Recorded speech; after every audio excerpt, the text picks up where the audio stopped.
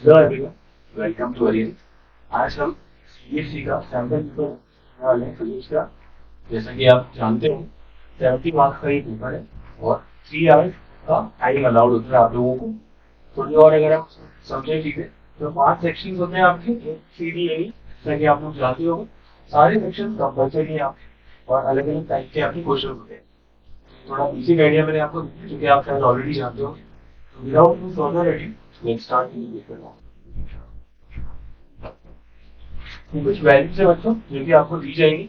ये वैल्यूज आपको याद करने की ऐसा जरूरत नहीं। हाँ, अगर आपको याद रहती तो आपकी कैलकुलेशन थोड़ी फास्टर हो जाती, लेकिन अगर नहीं भी याद है तो आपको ये प्रोवाइड किया जाता। ठीक, आगे चलते हैं। स्टार्ट करते हैं पहले सवाल से। फर्स्ट क्वेश्चन है, चार्ज वाला sphere or a solid sphere of aluminum and copper of equal radii are in electrostatic equilibrium. And which of the following statement is true? तो यहाँ पे आप सबसे इम्पोर्टेंट वर्ड है फोकस करना है और इलेक्ट्रोस्टैटिक इक्विलिब्रियम। तो एक सॉलिड स्फीयर है एल्यूमिनियम का और एक कॉपर का, की मटेरियल अलग अलग है। ये आपका मेन इसमें पॉइंट है। देखिए आपको फोकस करना है इलेक्ट्रोस्टैटिक इक्विलिब्रियम। इलेक्ट्रोस्टैटिक इक्विलिब्रियम का मतलब क्या होता है? जब आपके दोनों ऑब्जेक्ट, अगर दोनों ऑब्जेक्ट से कंपेयर किया जा रहा है तो चार्जेस जो है वो बराबर हो जाएगा। किसी एक ऑब्जेक्ट में चार्जेस का कंसंट्रेशन दूसरे से ज्यादा या कम नहीं होना चाहिए, राइट? तो इस चीज को हम ऑप्शंस के थ्रू वैल्यू करते हैं और this states are equal charge. Now this option seems correct, why? Because there will be electrostatic equilibrium. तो कहने का मतलब क्या है कि दोनों केसेस में, आपके एल्यूमिनियम और कॉपर के केस में सरफेस पे चार्ज डिस्ट्रीब्यूट हो जाएंगे कि इलेक्ट्रोस्टैटिक इक्विलिब्रियम में अंदर की तरफ कोई इलेक्ट्रिक फील्ड तो रहती है। जब सरफेस पे डिस्ट्रीब्यूट हो जाएगी तो पोटेंशियल सेव हो जाएगा और अगर दोनों का सेम पोटेंशियल होगा तो आप बोल सकते हैं कि दोनों में इक्वल चार्जेस पॉजिटिव। तो इसमें बाकी ऑप्शंस आपको चेक करने की जरूरत नहीं है, आप कर सकते हैं चाहे तो। But answer will be A option, both space are having equal charges. Okay, आगे चलते हैं। Next question, coil contains n turns of absolute copper wire of diameter d and 70 ohm. अब ये क्वेश्चन थोड़ा सा ट्रिकी बनाया सीरियसली इस बार। क्यों? क्योंकि आपको जनरली आने से फॉर्मूले के वैल्यूज पुट करके आंसर निकालें, जबकि इसमें आपको थोड़ा सा अपना इमेजिनेशन यूज करना होगा, राइट? क्या बोलना चाह रहा है ये बोलना चाह रहा है कि आपके पास एक कॉइल है और उस कॉइल के ऊपर आपने एक कॉपर वायर को फ्लिट किया है, बाइंड। तो यानी कि आपके पास एक कॉइल है, एक वायर। आगे बोल रहा है कि coil contains n turns of insulated copper wire, यानी कि वायर की टोटल n टर्न्स। अगर आपके पास इक्वल लेंथ का वायर है तो आपने बांधना है कॉइल उस वायर और टोटल कितने टर्न्स यूज किए बांधने में? n number of turns. Okay, diameter दे रखा है आपको कॉपर वायर का स्मॉल d। उसके अलावा आपको बोल रहे थे रेजिस्टिविटी रो। ये सारी डिटेल्स आपको वायर की दी हुई है। तो जो ध्यान देने वाली बात है वो ये है कि कॉइल की डिटेल्स नहीं, ये वायर की डिटेल्स, राइट? आगे चलते हैं। इसको आपने वाइड किया है सिलेंडर में, इसका डायमीटर आपको दिया हुआ है। तो कॉइल, सिलेंड्रिकल कॉइल, उसका डायमीटर आपको दिया हुआ है कैपिटल डी। यहाँ पे आपको आपसे जानना चाहता है what is the total resistance between the two ends of the coil of copper wire, of copper wire. Basically CKC just wants to get you confused in the language. अगर आप ध्यान से समझ रहे हैं, ध्यान से पढ़ रहे हैं लैंग्वेज को, तो आप समझ जाएगी कि ये कॉइल की बात नहीं कर रहा है, तो रेजिस्टेंस निकाल रहे हैं कॉपर वायर। अब जब आपको समझ में आ चुका है कि कॉपर वायर का रेजिस्टेंस निकालना है तो आपको पता है फॉर्मूला क्या होता है इसका, R is equal to rho into N divided by T। तो इसकी लेंथ भी आपको लेना है किसका, वायर का, और एरिया ऑफ क्रॉस सेक्शन किसका लेना है, वायर। अगर आप जल्दी से कॉइल के बारे में ऐसा सोचा कि इसका रेजिस्टेंस आपको निकालना है, तो ये क्वेश्चन आपका वन पे आपको प्रॉब्लम है स्टार्ट करना। चलिए स्टार्ट करते हैं सॉल्व करना। ये आपको निकालना है वायर, वायर की क्रॉस सेक्शन क्या हो जाएगा भाई, एरिया पता है सबको। क्रॉस सेक्शन हम क्या बनाते हैं, सर्कल।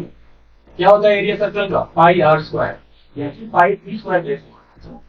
तो पाई इनटू टी स्क्वायर। अब टी किसका लेंगे, डायमीटर ऑफ वायर। अगर आपने गलती से कॉइल का डायमीटर ले लिया तो गलत हो जाएगा। कुछ पॉइंट है क्योंकि आपको चेक करते हुए सकता है, पाई टी स्क्वायर बाय 4। ये आपका एरिया हो गया इसका वायर का। अब लेंथ निकाल लिए वायर। वायर की लेंथ निकालने के लिए आपको थोड़ा सा इमेजिनेशन यूज करना पड़ेगा। इसमें आपने एल लेंथ का वायर लिया और उसको वाइंड किया है कॉइल के। तो अगर आप अनवाइंड कर दें या खोल दें वो वाइंडिंग, तो आपको फिर से अपना एलिमेंट का वायर मिल जाएगा। तो अगर आप समझे था तो आपका जो टोटल है वो क्या है कि कितने नंबर ऑफ टर्न्स यूज करते हुए आपने पूरी कॉइल को वाइंड किया हुआ है। तो अगर एक टर्न आपका 2 पाई आर लेंथ का है, जो कि सर्कमफेरेंस की होता है, तो आपने अगर उसको मल्टीप्लाई कर दिया n नंबर ऑफ टर्न से तो आपको टोटल लेंथ मिल जाएगी। ऐसे सवाल आपने पहले भी सॉल्व किए होंगे। यही इमेजिनेशन ट्रिक हमको यहाँ पे यूज करनी है। इसको आप क्लियर कर देते हैं। आपका जो लेंथ ऑफ वायर है क्या हो जाएगा टाइम्स 2 पाई आर। तो डायमीटर क्या होता है 2r। यहाँ पे लिख सकता हूँ उसको पाई डी, लिख सकता हूँ n times, sorry not pi D, times multiply by pi D. आपको रेडी फिट आउटकम मिल सकते हैं, डायमीटर मिल सकते हैं। सिंस यहाँ पे ऑप्शंस में डायमीटर दिया हुआ था, गिवन था, इसलिए मैंने डायमीटर यूज। अब ये वैल्यूज आपको पुट करनी है यहाँ।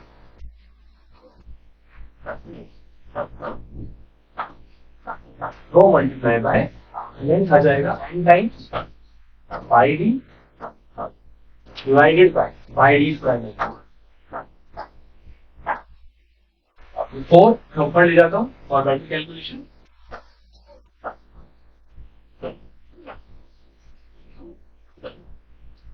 तो जैसे कि आप देख सकते हैं पाई से तो आपका पाई कैंसिल हो गया है। ये क्या बन गया है 4n rho divided by small d square. कौन सा ऑप्शन है भाई 4 rho m d divided by d square. Your first option is आगे चलते हैं। The phasor diagram for a device connected to AC supply is shown as in figure. Which of the following statement is true? Okay. तो आपको केवल एक phasor diagram दिया हुआ AC supply.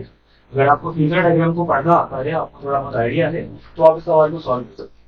Right, phasor diagram को अगर आप देखिए ध्यान से तो आप देख सकते हैं इसके बीच का जो डिफरेंस वो है पाई बाई 2 का। पहली बात यहाँ पे 90 एंगल बना रहा है आपका करंट और वोल्टेज। और दूसरी बात आप एंटी क्लॉकवाइज चालू करते हैं, जैसे आप चलते एंटी क्लॉकवाइज चलते हैं, ये बात पता होगी आपको। तो आप देख सकते हैं कि आपका करंट जो है वो लीड कर रहा है voltage. Current is leading by pi by 2, इसको लीड कर रहा है ये वोल्टेज। ऐसी कंडीशन में हम बोल सकते हैं ये कैपेसिटिव सर्किट होता है, ये कैपेसिटिव सर्किट है।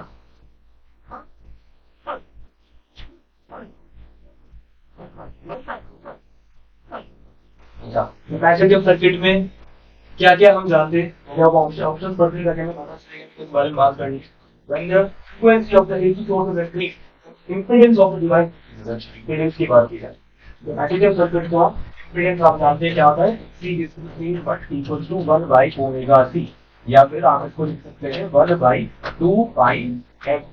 तो ओमेगा आपका 2 pi f, frequency omega is angular. तो अब आप देखा, आप इजीली यहाँ से समझ सकते हैं कि अगर आपकी फ्रीक्वेंसी AC सोर्स इंक्रीज की गई, अगर आपकी फ्रीक्वेंसी AC सोर्स की इंक्रीज की गई तो आपका इंपीडेंस कम हो जाएगा, inversely proportional. Okay, so when the frequency of AC source increase the impedance of the device is. यहाँ पे हमको आंसर मिल गया। क्या आंसर हो जाएगा समझो, ये ऑप्शन। बाकी ऑप्शंस आपको पढ़ने की जरूरत है, अगर आप चाहें तो पढ़ सकते हैं आगे। The following statement is true for the radio waves and gamma rays. आपको रेडियो वेव और गामा रेज के बीच में कंपेयर किया जाता है, कौन सा स्टेटमेंट ट्रू है? Energy of the gamma rays is lesser than radio wave, the frequency of the radio wave is higher. आपको एनर्जी और फ्रीक्वेंसी के बारे में डिस्कशन हो रहा है गामा और रेडियो वेव के बारे में। तो आपको बेसिक आइडिया होना चाहिए, आपने इलेक्ट्रोमैग्नेटिक्स में पढ़ा होगा कि आपके जो गामा रेज होते हैं वो लेफ्ट मोस्ट साइड एग्जिस्ट करते हैं, और आपका जो रेडियो होता है वो राइट मोस्ट साइड एग्जिस्ट करता है जनरल जो हम स्पेक्ट्रम की बात करते हैं उसमें। और बीच में आपके आते हैं यूवी रेज, विजिबल लाइट और इंफ्रारेड वगैरह। ठीक है, तो इस बेसिक इंफॉर्मेशन को याद रखने का फाइनल ये है कि आपको बाकी सारी चीजें याद करने की जरूरत नहीं है, आपको बस ये पता होना चाहिए रेडियो वेव्स का वेवलेंथ जो होता है वो ज्यादा होता है सबसे स्पेक्ट्रम में, और गामा रेज में जो आपका फ्रीक्वेंसी होता है वो सबसे ज्यादा होता है। जैसे कि आप जानते हैं कि राइट साइड मूव करने में वेवलेंथ बढ़ती है और फ्रीक्वेंसी कम होती है। और उसका उल्टा हो सकता है।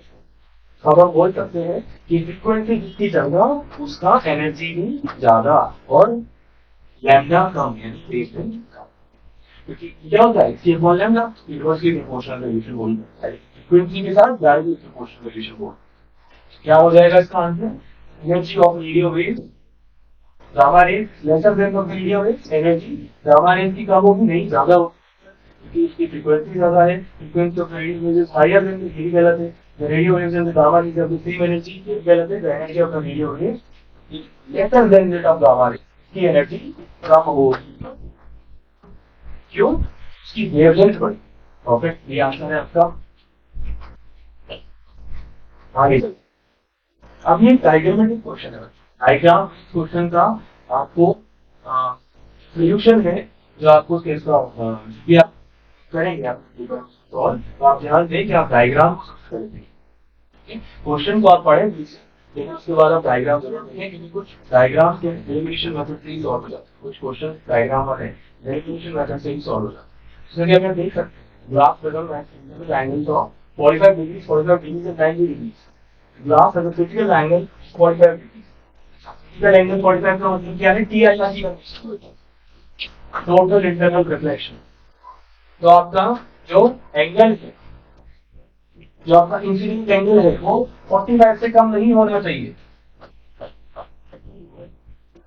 तो आप एलिमिनेशन से ही इसको सॉल्व कर सकते हैं। यहाँ पे आप देख सकते हैं ये तो इमर्जेंट रे आपकी सीधी निकल जा रही है यानी कि क्रॉस अलोंग द नॉर्मल निकल जा रही है तो प्लेन से तो गलत हो जाएगा। तो जो सब दो तीन बता रहे आपको दिया गया में चारों डायग्राम्स में वो है ये ऑप्शन आपको सबसे क्लोज भी बता पा रहा है कि ये वाली कंडीशन सैटिस्फाई होगी total internal reflection. So your answer is E option. आगे करते हैं right from a monochromatic source is incident of a single slit and resulting diffraction pattern is viewed on a graph shows the radiation of the distance of the screen। तो intensity versus distance का आपको यहाँ पे graph बताया गया है diffraction pattern. ठीक है आपको बोला जा रहा है कि बीच अगर आप बढ़ाते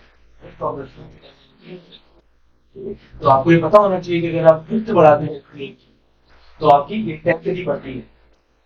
अगर आप ये बोल रहे हो same which of the following graphs correct।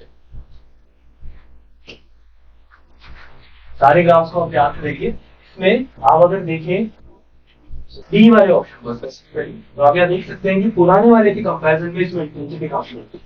तो अगर आपने स्लिट की विड्थ बढ़ाई तो एम्पलीट्यूड बढ़ता है यानी इंटेंसिटी बढ़ती है यानी कि आपको वहां पे एनर्जी कंफाइन हो जाएगी आपके रिफ्लेक्शन पैटर्न में तो एनर्जी वहां पे ज्यादा कंफाइन हो जाएगी तो उनकी आपकी बढ़ जाएगी। अगर ऐसा होगा तो ये ऑप्शन आपका करेक्ट आंसर होगा। ऐसा कब होगा जब आप स्लिट की विड्थ बढ़ा कम करेंगे आप तो एनर्जी कंफाइन कम हो तो उल्टा ओके चलिए आगे चलते हैं नेक्स्ट क्वेश्चन में which of the following transition corresponds to the emission of the radiation of maximum period।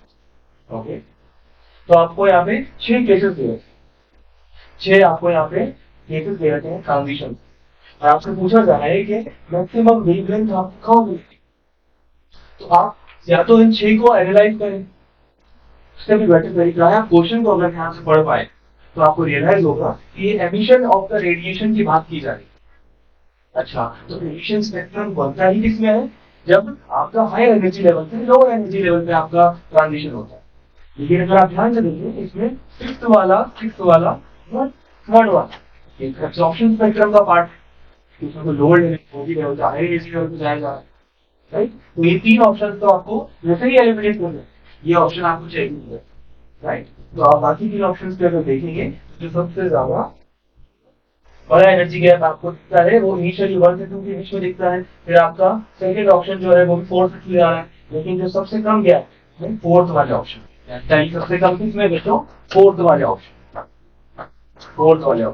में आपका डेल्टा ही सबसे कम है और अगर आपका डेल्टा सबसे कम है तो आपको मैक्सिमम वेवलेंथ मिल जाएगी क्योंकि आपका 50 डेल्टा से आप एप्लीकेट कर सकते हैं वेवलेंथ को जो एमिशन वाज एमिटेड जो भी आपका पार्टिकल रेडिएशन है एक्सी अपॉन डेल्टा ई इस फॉर्मूले से आप बता सकते हैं कि अगर कम एनर्जी गैप रहा अगर डेल्टा ई कम रहा तो wavelength maximum it is in the case of fourth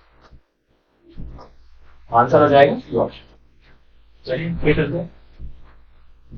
okay, charge particles connected along the axis of current carrying through which of the following treatment is true? Okay, current carrying की बात होती है तो इसमें आपने charge particle को किया है एक्सिस के, तो ये तो बहुत ही आसान सवाल हो चुका है, क्योंकि अगर आपको पता हो किसी भी एक्सिस पे जो कि करंट कैरिंग है, ओके, किसी भी एक्सिस पे अगर आप पार्टिकल को रख देते हैं तो आपको ये पता होना चाहिए कि आपका जो मैग्नेटिक फील्ड है वो पैरेलल हो जाता है किसके, speed velocity velocity of particle.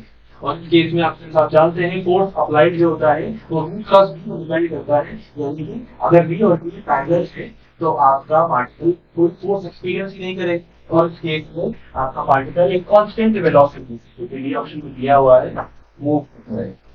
उसमें अगर आप है दिया है किसी करंट कैरिंग लूप है, कांस्टेंट वेलोसिटी से आपका चार्ज पार्टिकल मूव करता है। बहुत बढ़िया, आगे चलते हैं। Two small identical magnets are allowed to fall freely, one through a vertical solenoid and another through a sphere. एक आपने सोलेनॉइड बना दिया है कॉपर का, मान लीजिए बताया हुआ है, और एक आप एयर में इसको ड्रॉप, ठीक है, तो दोनों आइडेंटिकल मैग्नेट्स हैं, यानी कि इनको डिफरेंस नहीं, डायरेक्शन वगैरह सेम है उनके, और उन दोनों को आपने अलग अलग केसेस में नीचे drop.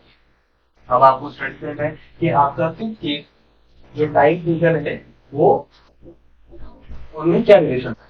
Time taken by the two magnets to fall will what, क्या ये दोनों टाइम सेम रहेंगे जिसमें गिरेंगे, क्या ये वाला जल्दी गिर जाएगा, क्या ये वाला लेट से गिरेगा, क्या ये वाला जल्दी गिर जाएगा, वो वाला लेट गिरेगा, ये आपको बता दें। तो आप इस चीज को समझते होंगे कि अगर एक सॉलिनॉइड की बात हो रही है, एक सॉलिनॉइड की बात हो रही है, कॉपर का बना हुआ है, तो जैसे ही आप इस ऑब्जेक्ट को, जैसे ही आप इस मैग्नेट को इसके अंदर पुट करेंगे या इसके अंदर आप ड्रॉप करेंगे, तो जैसे जैसे मैग्नेट इसके थ्रू निकलेगा वैसे वैसे इसकी मैग्नेटिक फील्ड लाइंस भी इसके अंदर बढ़ेंगी। अब अगर मैग्नेटिक फील्ड लाइंस बढ़ेंगी तो आपको पता है, लेंस लॉ हमें क्या सिखाता है कि जो ईएमएफ इंड्यूस होता है वो अपोज करता है किस चीज को, मैग्नेटिक फील्ड लाइंस जो बढ़ रही है या जो मैग्नेटिक फ्लक्स बढ़ता है, तो मैग्नेट जैसे जैसे अंदर जाएगी इसके अंदर एक पोजीशन वाला ईएमएफ, और ईएमएफ जो कि एक्सपोज करेगा इसके मूवमेंट, नीचे जाने के मूवमेंट को, वो डेवलप होना चालू, और फिर ऐसा होगा तो इसको नीचे जाने में दिक्कत होगी, गति होगी, और उसकी वजह से टाइम ज्यादा लगेगा। वो कंपेयर करेंगे जब हम इस वाले केस से जिसमें कि ऐसा कुछ नहीं हो रहा है, तो आपको पता चलेगा कि इसको नीचे गिरने में कितना टाइम लग रहा है, इसके कंपैरिजन में इस वाले केस में ज्यादा टाइम लगेगा आपके मैग्नेट को नीचे। तो इसका मतलब आपका ऑप्शन हो जाएगा more for the magnet falling through solenoid. Concept कौन सा यूज हुआ, परफेक्ट। इंड्यूस ईएमएफ बहुत ही इंपॉर्टेंट टॉपिक, इसको आप एक बार रिवाइज करें तो आपका बहुत सारे क्वेश्चन भी है, सारे सकते हैं। EMF generated by an DC generator is given by V equals to V naught phi of 30, where omega is angular frequency of armature of generator. What will be the EMF if the angular frequency is doubled? Angular frequency आपकी होती है बच्चों omega. आपको बताया जा रहा है कि अगर ओमेगा को डबल कर दिया जाए, हम इसको दुगना कर दिया जाए, तो आपका क्या फर्क पड़ेगा EMF आपका क्या होगा, नया वाला, ठीक है। ओमेगा अगर आपने नहीं किया तो आपका नया भी क्या होगा, आपका नया ईएमएफ क्या होगा। तो अगर आप ध्यान से नहीं समझेंगे फॉर्मूला तो आप ब्लाइंडली मार्क करके आ जाएंगे ए ऑप्शन पर, क्यों, क्योंकि आपने देखा कि ओमेगा की जगह 2 ओमेगा देना है, that is not the correct answer. Why? Because we need to understand that this V naught is nothing but a omega, इसको ही हम V naught होते हैं, यानी कि आपके V naught एक ओमेगा छुपा हुआ है, और उसको भी आपको बदलना है क्योंकि आपका ओमेगा ट्वाइस हो। तो आपका आंसर क्या आ जाएगा भाई, ट्वाइस ऑफ दिस ओमेगा, ये ओमेगा तो आपका ऐसे कैसे रहेगा, साइन इसके अंदर भी 2 ओमेगा टी। तो आपका ये वाला तो पुराना वी नॉट था, ये क्या हो गया है, ट्वाइस हो गया, तो आंसर क्या आएगा 2v नॉट साइन 2 होगा, यानी कि सी ऑप्शन इज रॉन्ग। ठीक है, आगे चलते हैं। The ratio of the nuclear densities of the two nuclei having the mass number 1857 is nuclear density के बारे में आपको पढ़ाया हुआ है। न्यूक्लियर डेंसिटी का रेशियो हमेशा 1:1 होगा। ये इंडिपेंडेंट होता है मास नंबर पे डिपेंड नहीं करेगा ये, ठीक है। R equal to R not to the power of 3 आपको फॉर्मूला यूज करके भी आप इसको चेक कर सकते हैं। और आपका ये बेसिक कॉन्सेप्ट है, आपको इसको याद भी रखना है। न्यूक्लियर डेंसिटी जो है वो डिपेंड नहीं करेगा मास, ठीक है। आगे चलो, इसका आंसर क्या हो जाएगा बच्चों? 1:1। ये option is your right answer. आगे चलते हैं। एक केस दिया हुआ है आपको, जिसमें कि आपको एक सॉलिनॉइड दिया और आपको पूछने जा रहे हैं कि दो अलग अलग पॉइंट अगर आप चूज करें, एक पॉइंट नंबर P, एक पॉइंट नंबर Q, और वहां पे आप रखें मैग्नेटिक कंपास, आपको क्या रिलेशनशिप दिखेगा डिफ्लेक्शन? मैग्नेटिक नीडल आपकी किस तरफ से डिफ्लेक्ट होगी, आपको उनका डायरेक्शन क्या हो, ठीक है। तो ये समझने के लिए हम सबसे पहले इसमें निकालना चाहेंगे कि हमारा मैग्नेटिक फील्ड का डायरेक्शन क्या होगा। अब अगर करंट आप देख सकते हैं तो आप क्या करते हैं, अपना टॉर्च बनाते हैं और मैग्नेटिक फील्ड की डायरेक्शन चूज करते हैं। तो अगर आप ध्यान समझें तो मैग्नेटिक फील्ड की डायरेक्शन अगर P पॉइंट में इस डायरेक्शन में जा रही है तो ये ही सॉलिनॉइड में घूम के वापस दूसरी डायरेक्शन में आएगी। तो अगर एक डायरेक्शन ये है तो आपका Q पॉइंट में जो डायरेक्शन हो जाएगा वो इसके अपोजिट हो जाएगा, यानी कि दोनों क्या हो जाएंगे। और तो ऑप्शन है हमारा जो ये बोलता है ऑपोजिट है, ये option. The reflection of the magnetic needle at P and Q will be in the opposite direction। अगर ये डायरेक्शन में है तो ये उस डायरेक्शन में, यानी कि एंटी पैरेलल डायरेक्शन। बहुत बढ़िया।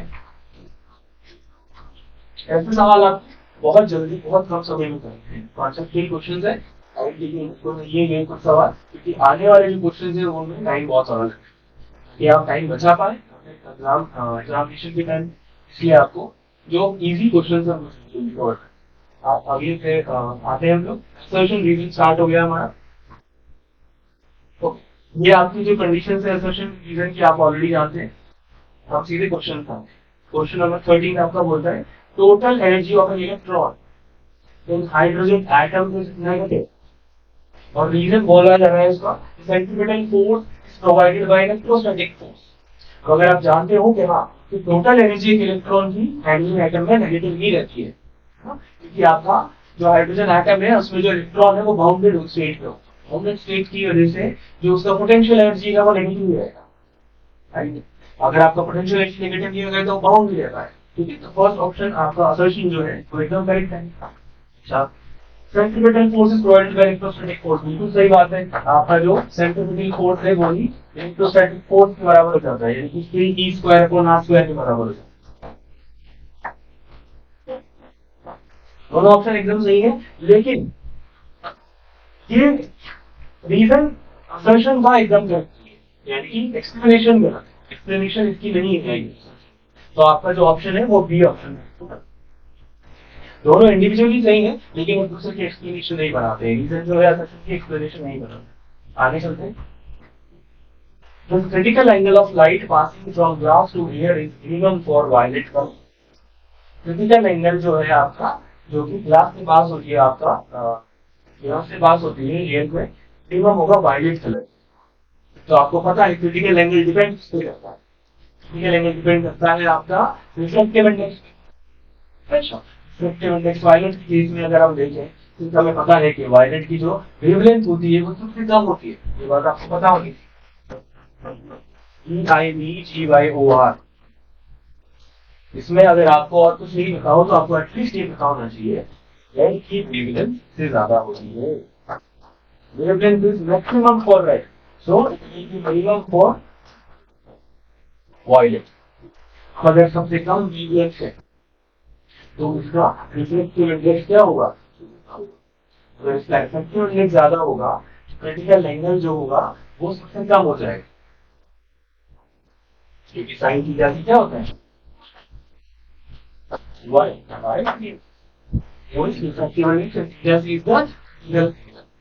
राइट। तो आपका क्रिटिकल एंगल जो है वो ज्यादा होने की वजह से वायलेट का आपको सबसे कम हो जाएगा क्या, क्यों, वेवलेंथ सबसे कम है तो उसका रिफ्लेक्टिव इंडेक्स सबसे ज्यादा है। एक composition of all these colours, ठीक है। नेक्स्ट पढ़ते हैं, the wavelength of blue light is greatest और greater than the light of other place. कोई गलत बात है, ब्लू आपका इसके बीच में करता है तो आप उसकी वेवलेंथ को सबसे ज्यादा कैसे बोल सकते हैं किसी के भी कंपैरिजन, ठीक है, तो ये तो आपका बिल्कुल गलत बात हो गया। तो आपका आंसर क्या आ गया? असर्शन इज करेक्ट और रीजन इज फॉल्स। परफेक्ट। आगे light sources emitting waves of similar wavelengths are coherent. Light sources emitting waves of similar wavelengths are coherent. सही बात है। Two light sources emitting waves have zero और constant phase difference are known as coherent sources. ये भी सही बात है। लेकिन इंडिविजुअली ये कंडीशंस जो है वो सेटिस्फैक्टरी नहीं है, ये पसंद नहीं करती है। ये दोनों कंडीशंस इंपॉर्टेंट है। Two light sources emitting waves have zero और कांस्टेंट फेज डिफरेंस, ये बात भी जरूरी है कोहेरेंट सोर्स होने के लिए। और two light sources emitting waves of similar wavelength are coherent, ये बात भी सही है कि आपकी वेवलेंथ सिमिलर होनी चाहिए, फ्रीक्वेंसी सेम होनी चाहिए, लेकिन दोनों कंडीशन जरूरी है। सही कि आपकी एक कंडीशन सही है, दूसरी कंडीशन एग्जिस्ट नहीं, तो कोहेरेंट सोर्स हो जाएगा, राइट। तो दोनों सही है पर एक्सप्लेनेशन बना। आगे चलते हैं। For 3 point charges to be in equilibrium, they must be collinear. One of 3 charges must have different polarity than the rest of. ये काफी सब्जेक्टिव क्वेश्चन हो गया बच्चों। ये बात बोल रहा है कि अगर आप इक्विलिब्रियम कंडीशन को ध्यान में तो 3 चार्जेस को कोलिनियर होना जरूरी है। ये बात एकदम सही है, कोलिनियर होना जरूरी है। अगर कोलिनियर नहीं होंगे तो कुछ ना कुछ आपका फोर्स एग्जिस्ट करेगा, क्वांटिटीज है तो फोर्स एग्जिस्ट करेगा। तो अगर कोलिनियर नहीं होंगे तो मुश्किल है कि आप इक्विलिब्रियम कंडीशन अचीव कर पाए 3 पॉइंट चार्जेस से। ये बात एकदम सही है। आगे चलते हैं। One of the 3 charges must have different polarity than the rest of. तो अगर हम बात कर रहे हैं 3 चार्जेस की, तो अगर इन तीनों चार्जेस अगर हम बात कर रहे हैं कोलिनियर वाले केस, इस क्वेश्चन को समझते हैं कि अगर हम बात करें कोलिनियर वाले केस में, तो अगर तीनों की पोलैरिटी सेम हो जाए तो आपका इक्विलिब्रियम कंडीशन अटेन करना मुश्किल हो जाए। तो इक्विलिब्रियम कंडीशन अटेन नहीं होगा। ये बात एकदम सही है कि one of the 3 charges must have different polarity than the rest of the two. ऐसा सही है एकदम, ठीक है। तो ये कंडीशन भी आपकी सही है। ये एक्सप्लेनेशन है रीजन का, एक्सप्लेनेशन नहीं है। तो आंसर बी आप बोल। एक्सप्लेनेशन ये कब होता जब आप रीजन को नेगेट कर दे, अगर तो आपका असर्शन ट्रू ही नहीं होगा, ठीक है। तो यहाँ पे इस पर्टिकुलर केस में आप देख सकते हैं कि ये एक्सप्लेनेशन नहीं है, ठीक है। तो ये ऑप्शन आप बात कर सकते हैं। और बढ़िया, ये क्वेश्चन पे चलते हैं बच्चों। सेक्शन बी स्टार्ट हो गया है हमारा, सेक्शन हमने कंप्लीट कर लिया है। यहाँ से हमारे थोड़े दिमाग में क्वेश्चन चालू हो जाएंगे। Amplitude of magnitude magnetic field of a plane electromagnetic wave varying along positive axis in vacuum 110 nano 10 lakh और के गैप का मतलब है कि आपका z डायरेक्शन में आपका मैग्नेटिक फील्ड जो है वो एग्जिस्ट करता है। तो सिंगुलर फ्रीक्वेंसी 60 × 10⁻⁶ रेडियन पर सेकंड आपको ओमेगा दिया हुआ है, आपको मैग्नेटिक फील्ड दिया हुआ है। Right the expression for electric field, आपसे इलेक्ट्रिक फील्ड का इक्वेशन पूछा गया, एक्सप्रेशन पूछा गया। सॉल्व करते हैं बच्चों। आपको पता होना चाहिए कि आपने ये वेव से पढ़ा होगा कि अगर आपका इलेक्ट्रिक फील्ड और मैग्नेटिक फील्ड दोनों अगर आप क्रॉस प्रोडक्ट निकालें तो आप डायरेक्शन निकाल सकते हैं कि इलेक्ट्रोमैग्नेटिक, राइट। यहीं से हमने पढ़ा था कि आपका जो E नॉट होता है वो बराबर किसके होता है, T × P नॉट, ठीक है। Magnitude of magnitude of magnetic field के साथ जो रिलेशन है आपका उसका स्पीड ऑफ लाइट का वैक्यूम वो ये बनता है। तो यहाँ से हम सॉल्व कर सकते हैं इसको। V नॉट आपका है 500 यानी 500 के 10⁻⁹ ओमेगा आपको दिया हुआ है 6। ये फॉर्मूला हमने यूज किया, तो ये फॉर्मूले से आप क्लियरली निकाल सकते हो। C आपका हो जाएगा 3 × 10⁸ मीटर पर सेकेंड, और आपने जब यहाँ पे पुट किया तो आपका आ जाएगा क्या 153।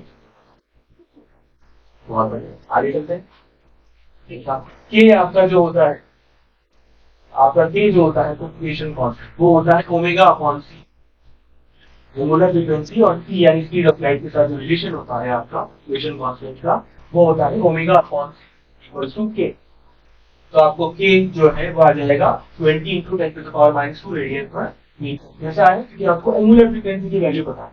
ओमेगा आपको दिया हुआ है सवाल में 60 × 10⁶ ओमेगा दिया हुआ है। c आपको पता है तो आप यहाँ के भी निकाल सकते हो, ठीक है, जो आपने यहाँ पे निकाल लिया है। और निकालना क्यों है, क्योंकि मुझे इलेक्ट्रिक फील्ड की इक्वेशन लिखनी है। इलेक्ट्रिक फील्ड की इक्वेशन क्या हो जाती है, E not sine omega t minus k x. Since हमको पता है कि ये प्रोपोगेट कर रहा है एक्स डायरेक्शन में, आपके सवाल में दिया हुआ है propagating it along positive x direction, positive x direction में लिखा हुआ है मतलब omega t minus k x या ओमेगा टी माइनस के जेड यहाँ पे यूज होगा, ठीक है, ठीक है। तो यहाँ पे अब आपको सारी वैल्यूज पुट करनी है। ई नॉट आप निकाल चुके हैं यहाँ पे, ओमेगा आपको पता ही है, टाइम के रिस्पेक्ट में आपको यहाँ पे निकालना है, और के आप निकाल चुके हैं यहाँ पे पोजीशन कांस्टेंट, और जेड या फिर एक्स आप यहाँ पे लिख सकते हैं जिस डायरेक्शन में आपका इलेक्ट्रिक फील्ड का फ्लो कर रहा है। यहाँ पे वैसे जेड एक्स ही आएगा, के एक्स, ठीक है, बहुत बढ़िया। आपका यूनिट आ जाए। ये आगे चलते हैं, एक ग्राफ दिया हुआ है, graph given between potential difference across the terminals and against the load factor, ठीक है। आपको निकालना है EMF of with internal resistance of. तो अगर आपको ईएमएफ निकालना है, इसका सबसे बेस्ट तरीका क्या होता है कि अगर आप करंट लोड करंट को जीरो कर दें, अगर आप लोड करंट को जीरो कर दें तो आपका जो ईएमएफ है वो पोटेंशियल डिफरेंस के बराबर हो जाता है, ये आपको पता होगा, क्योंकि V क्या होता है, E माइनस आई आर, तो आपका V E के बराबर हो जाए। तो अगर आपको ईएमएफ निकालना है तो आप लोड करंट को जीरो कर दीजिए। लोड करंट जीरो कहाँ है, यहाँ पे, यहाँ पे वैल्यू क्या है पोटेंशियल डिफरेंस की,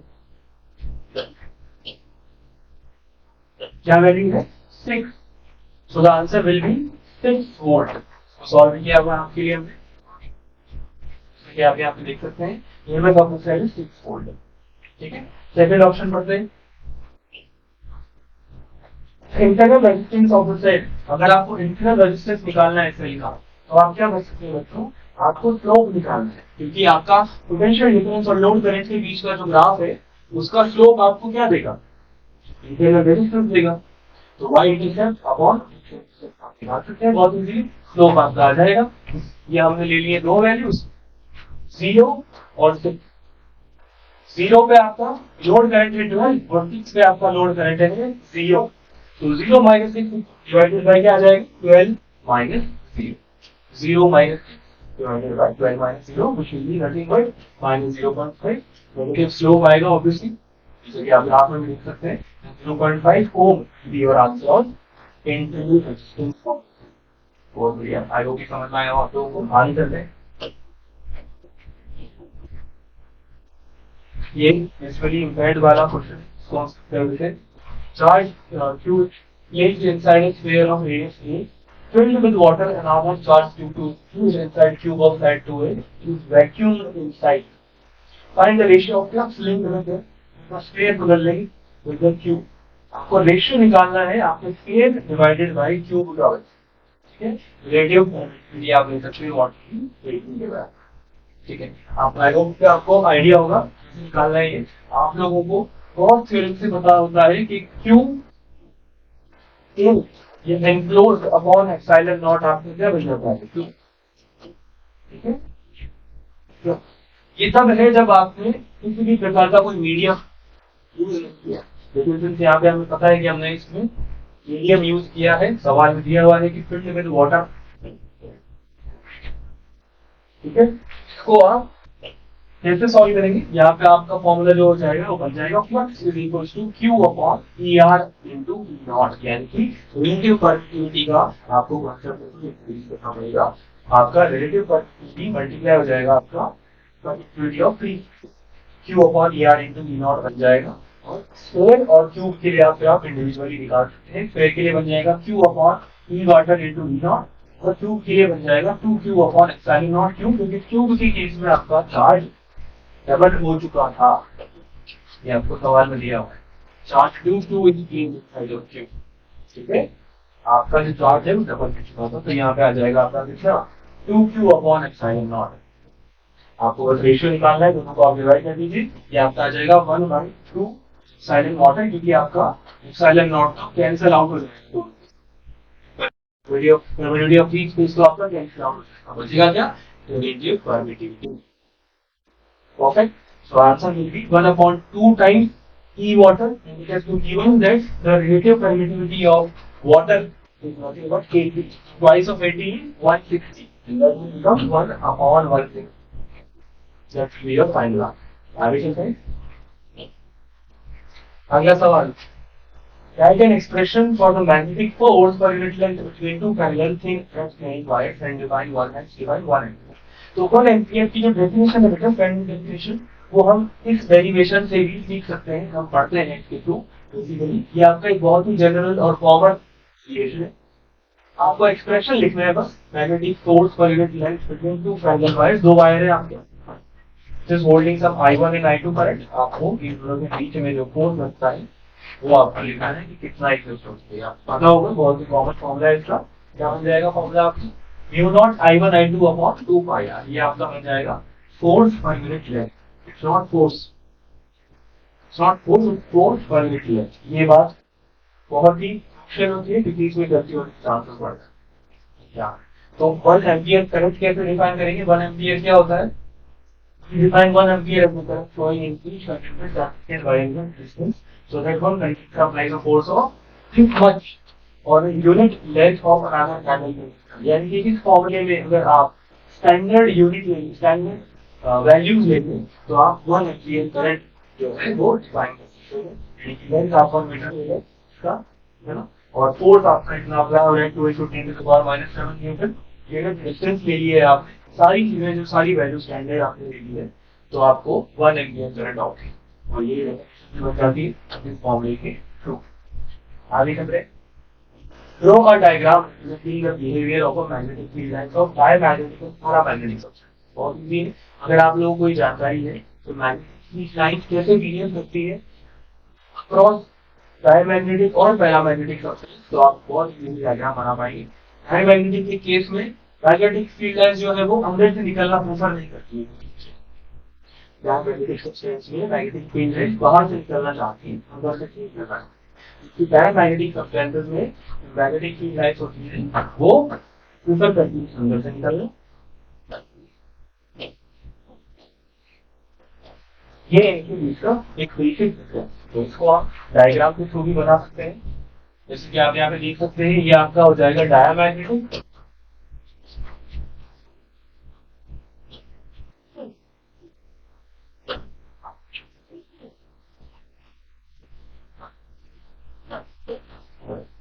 ये आपका हो जाएगा पैरामैग्नेटिक.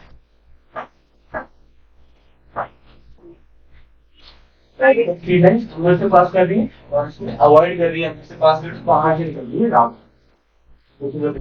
आगे चलते हैं. 24.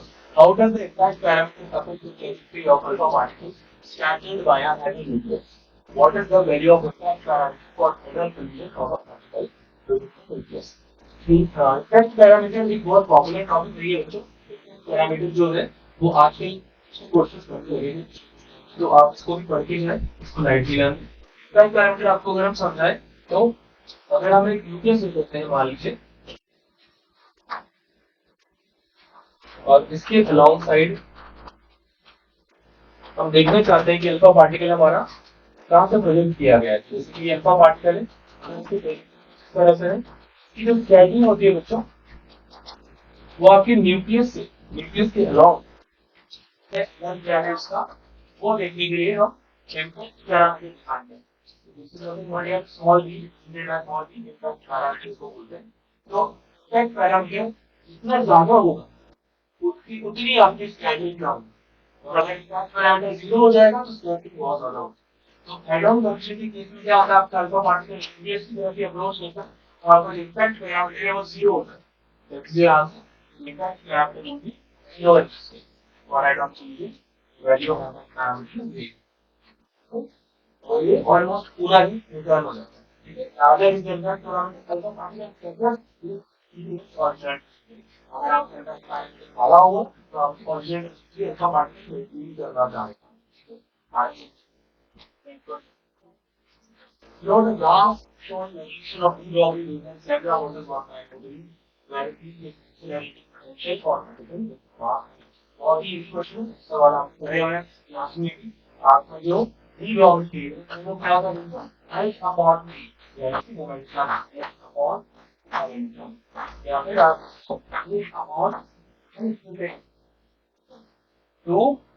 एम क्यू बी कहाँ से आता है ये? जैसे आपको पता है मोमेंटम और टाइम की एनर्जी के बीच में आप रिलेशनशिप ड्रॉ कर सकते हैं और वर्क और एनर्जी के बीच में भी आप रिलेशनशिप ड्रॉ वहाँ से ही आता है। तो आप देख सकते हैं यहाँ पे लैम्डा जो है वो इनवर्सली प्रोपोर्शनल होता है ओमेगा के। एक्सप्रेशन से आप ये बता सकते हैं। तो इसको आप यूज करेंगे बनाने में, क्योंकि आप यहाँ पे क्या कर सकते हैं, lambda equals to h upon root 2 and 2 को equation of straight line y equals to x से आप compare to draw your graph. That's how it is solved. तो आपका क्या आ जाएगा स्लोप h upon root 2 ये आपका स्लोप आ जाएगा under root 2 h upon root 2 q और आपका y पे आ जाएगा और x पे आ जाएगा 1 upon root वोल्टेज यहाँ पे 100 जो कि आपने आपको बोल रहे हैं सो आप इसको कंपेयर करेंगे स्ट्रेट लाइन का मतलब y की फॉर्म में m is equal to h upon root 2 that's all straight line. ये चलते हैं section see the help of straight diagram explain working of full wave. आपको इसमें एक इंटीग्रल क्वेश्चन इसमें आपको पूरा डायग्राम बनाना है तो ये लिखा और उसको स्केल करना है। तो ट्रांजिशन क्वेश्चन फ्रॉम क्लास आप पूरा को ये करना होगा।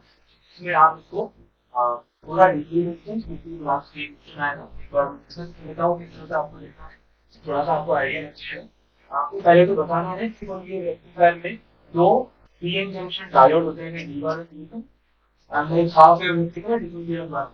उसके बाद आपको इसका डायग्राम बनाना है इनपुट वेवफॉर्म आपको एसी इनपुट दिखा है और दो डायरेक्ट इंस्ट्रक्टर इनको कॉपी करना है, लोड आपको रेजिस्टेंस दिखाना है और पूरी वर्किंग आपको एक्सप्लेन करनी है कि क्या होता है इसमें जब आप फॉरवर्ड बायस में करंट फॉरवर्ड बायस में अप्लाई करते हैं करंट तो आपका D1 के थ्रू पास हो जाएगा करंट लेकिन D2 के थ्रू नहीं होगा। और अगली साइकिल में ऑलरेडी करंट के केस में आपको पता ही है कि आपका जो करंट है वो साइन प्लस माइनस। तो आपको ये बात पता होनी चाहिए अगली बार जब फॉरवर्ड बायस में आपका D2 जाएगा तो D2 से आपका करंट पास, लेकिन इन आपके दो डायोड्स तो आपका हर बार इन आउटपुट लोड आएगा, एक बार D1 की वजह से एक बार D2 की वजह से, और यही कारण होगा कि आपको हर बार एक आउटपुट मिलेगा और इस तरह से आपकी दूसरी वेवफॉर्म मिलेगी आउटपुट। हाफ वेव क्या होता है, एक बार आउटपुट मिलता है और फिर बार कुछ नहीं और फिर 3 बार से आउटपुट मिलता है अगली बार कुछ, इस तरह से आपका एक ही वेवफॉर्म बनता है हाफ वेव का। तो ये आपने पढ़ा हुआ होगा, इसको आपको एक्सप्लेन करना है। current I1 in wire is divided two wires with I2 and I3 interaction and the different three wires are related I1 ये देखा है इन्होंने, आपका करंट I1 जो है वो डिवाइड हो जा रहा है दो वायर में किसी जंक्शन पे I2 और I3, ये आपको केस दे रखा है और आपका रिलेशनशिप बता रखा है बच्चों। रिलेशनशिप में आपको मैंने बताया है कि आपका जो I1 है वो लेके I2 plus I3। I hope कि आपको ये देखने समझ में आ गया होगा कि ये बात हुई है आपकी Kirchhoff current law, Kirchhoff current law KCL. तो आपको कौन सा ऑप्शन पूछा गया है स्टेट का कंडक्टर लॉ का रिलेशन वॉल्यूम, उसका आंसर क्या आ जाएगा आपका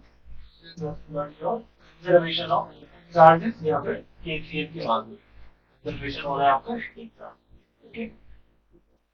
एक्सप्लेन द रिलेशनशिप आपको बताना है कि क्या चीज से हो रहा है, तो आंसर आप कंजर्वेशन ऑफ चार्ज से हो गया है। केसीएल लिखना स्टार्ट नहीं वो आपका जो है लॉ है, लेकिन आप चीज से वो चीज को देखिए वो basic conservation of charges.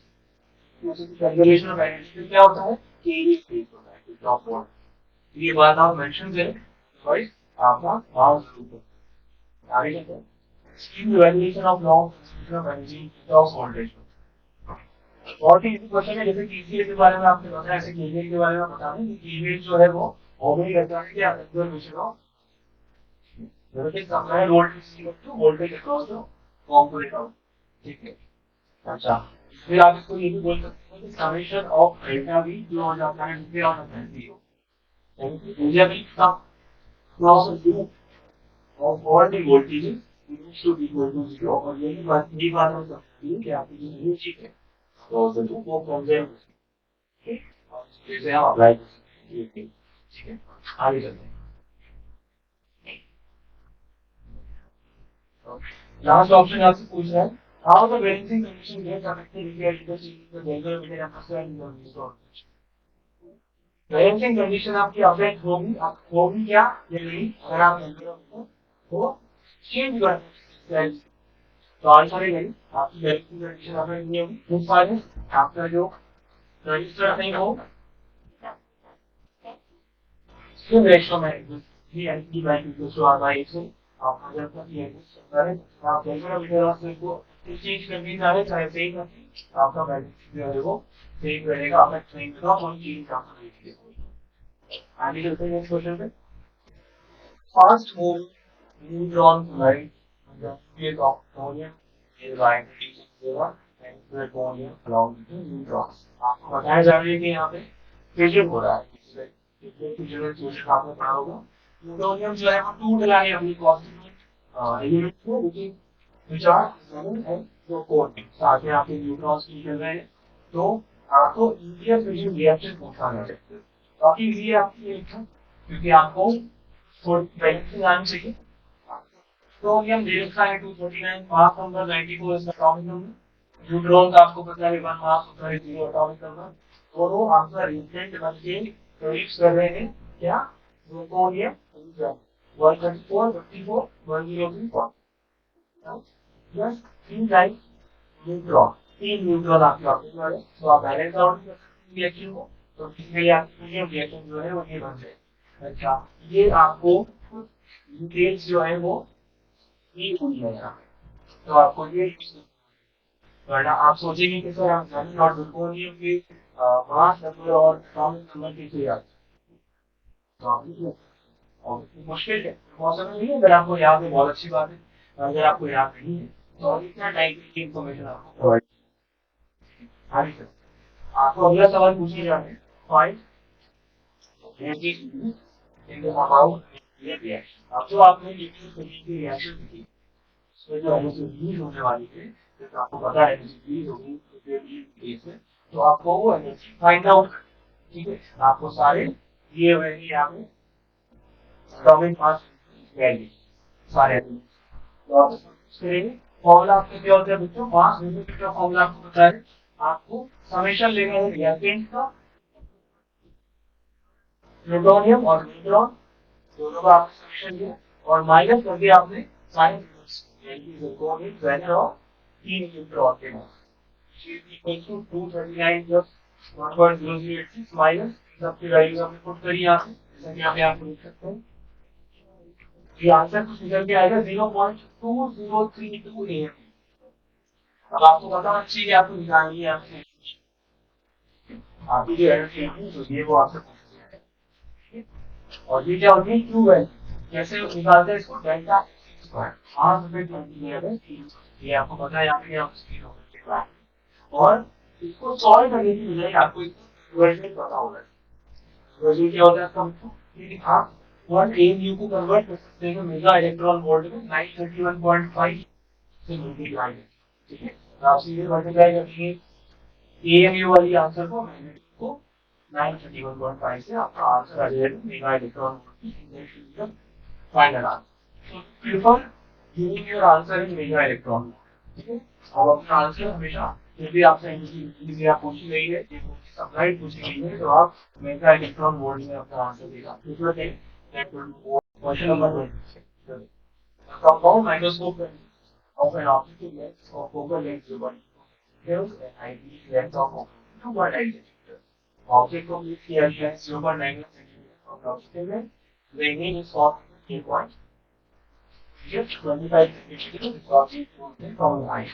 First option आपसे पूछा जा रहा है calculate the angular magnification of the microscope. तो angular magnification क्या होता है, अगर आपको कोई पता है तो क्वेश्चन आप क्या होता है भाई एंगुलर मैग्निफिकेशन, यूज आता है आपका रेट टर्म मल्टीप्लिकेशन मल्टीप्लाई में मल्टीप्लिकेशन ऑफ आईटी, ये फॉर्मूला कैसे सॉल्व कैसे लगाएंगे, इसको कैसे अप्लाई करेंगे।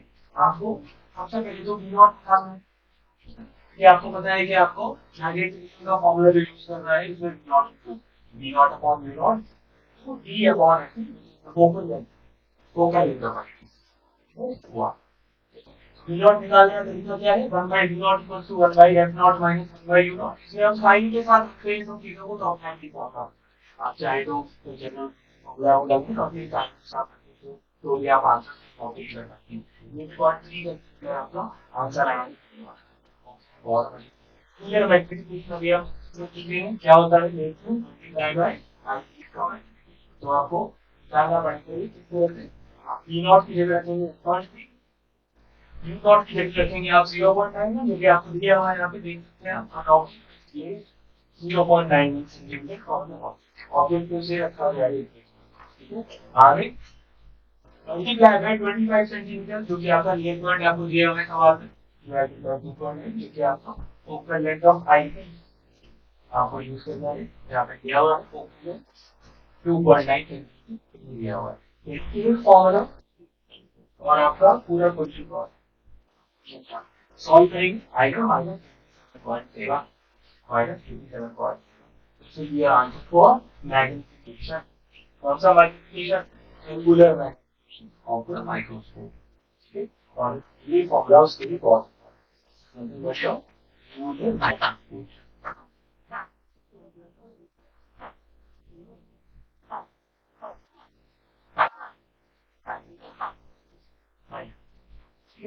ये बोल रहे हैं draw the rate diagram of compound microscope with normal microscope.